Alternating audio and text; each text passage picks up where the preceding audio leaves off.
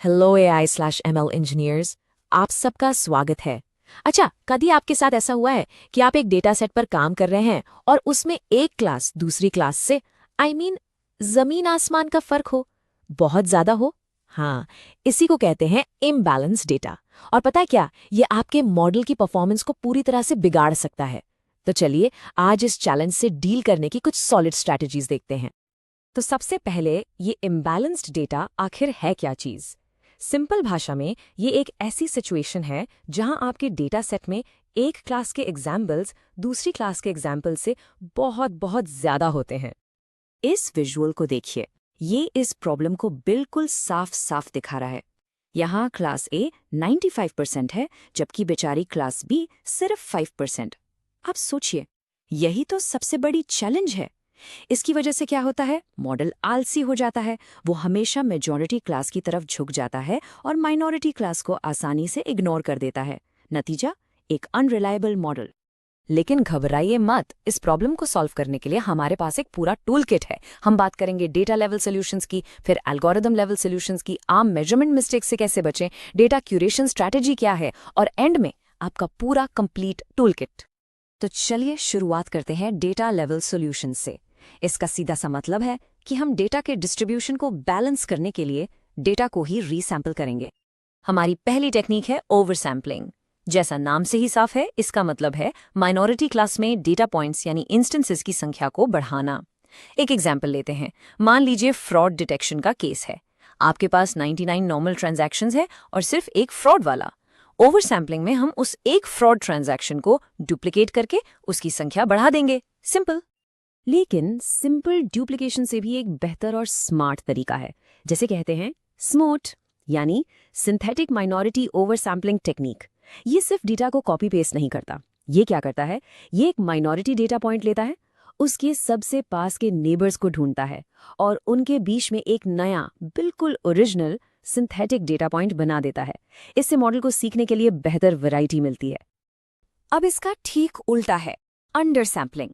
यहां हम minority class को छेड़ते नहीं हैं, बल्कि मेजॉरिटी क्लास से इंस्टेंसेस की संख्या कम कर देते हैं। ये रैंडमली भी किया जा सकता है, या फिर कुछ स्मार्ट एल्गोरिदम्स के जरिए जो ध्यान रखते हैं कि कोई जरूरी इंफॉर्मेशन ना खो जाए। तो साफ है, दोनों अप्रोचेस का अपना अपना ट्रेड ऑफ है, जिसे समझना बहुत जरूरी है।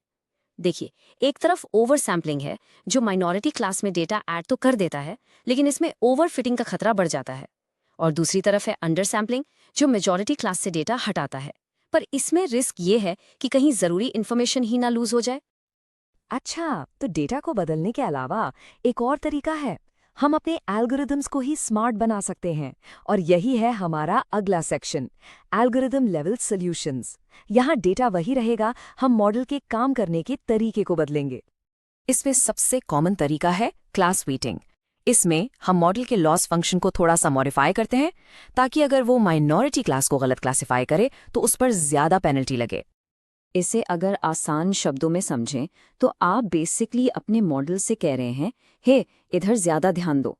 जब ट्रेनिंग के दौरान माइनॉरिटी एग्जाम्पल्स पर ज्यादा फोकस होता है तो मॉडल उनसे बेहतर सीख पाता है। एक और कमाल की अप्रोच है अनोमली डिटेक्शन। ऐसे केसेस जहां पॉजिटिव एग्जाम्पल्स बहुत ही कम हैं, इतने कम कि उन्हें गिना जा सके, वहां आप माइनॉरिटी क्लास को अनोमलीज या आउटलायर्स की तरह ट्रीट कर सकते हैं और फिर इनको पकड़ने के लिए स्पेशल टेक्निक्स का यूज कर सकते हैं। और हाँ, ये भी याद रखना जरूरी है कि कुछ एल्गोरिदम्स नेचुरली ही इम्बैलेंस डेटा को बेहतर हैंडल कर लेते हैं, जैसे कि डिसीजन ट्रीज और XGBoost और LightGBM जैसे powerful ensemble methods. In fact balanced random forest भी एक शानदार ऑप्शन है।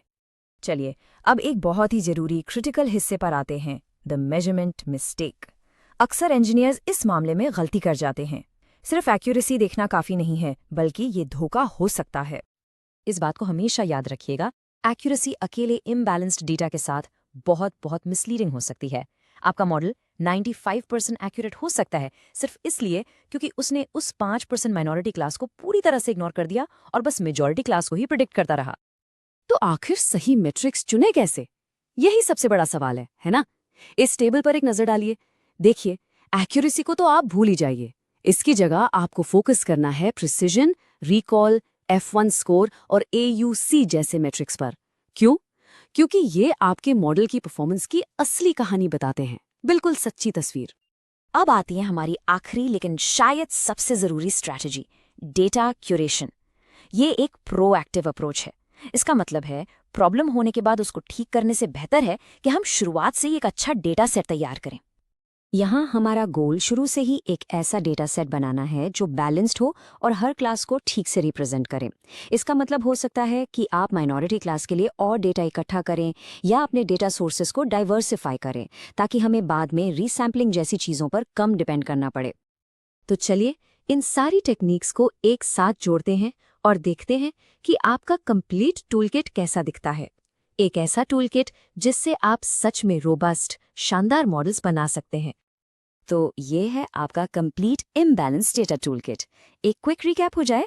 पहले डेटा को रीसैम्पल करें, फिर क्लास वेटिंग का इस्तेमाल करें, एनॉमली डिटेक्शन ट्राई करें, रोबस्ट एल्गोरिथम्स चुनें, सही मैट्रिक से परफॉर्मेंस को मेजर करें और सबसे ज़रूरी अपने सोर्स डेटा को क्यूरेट करें। इन टेक्निक्स में मास्टर बनने से आपको अपनी एमएल जर्नी में और यहाँ तक कि इंटरव्यूज में भी एक ज़बरदस्त एज मिलेगी। ये आपको एक बेहतर और ज़्यादा इफेक्टिव इंजीनियर बनाएगा फॉर श्योर। तो अब आखिरी सवाल आपके लिए। इतना सब कुछ सीखने के बाद आप सबसे पहले कौन सी इम्बैलेंस प्रॉब्लम सॉल्व करने जा रहे हैं?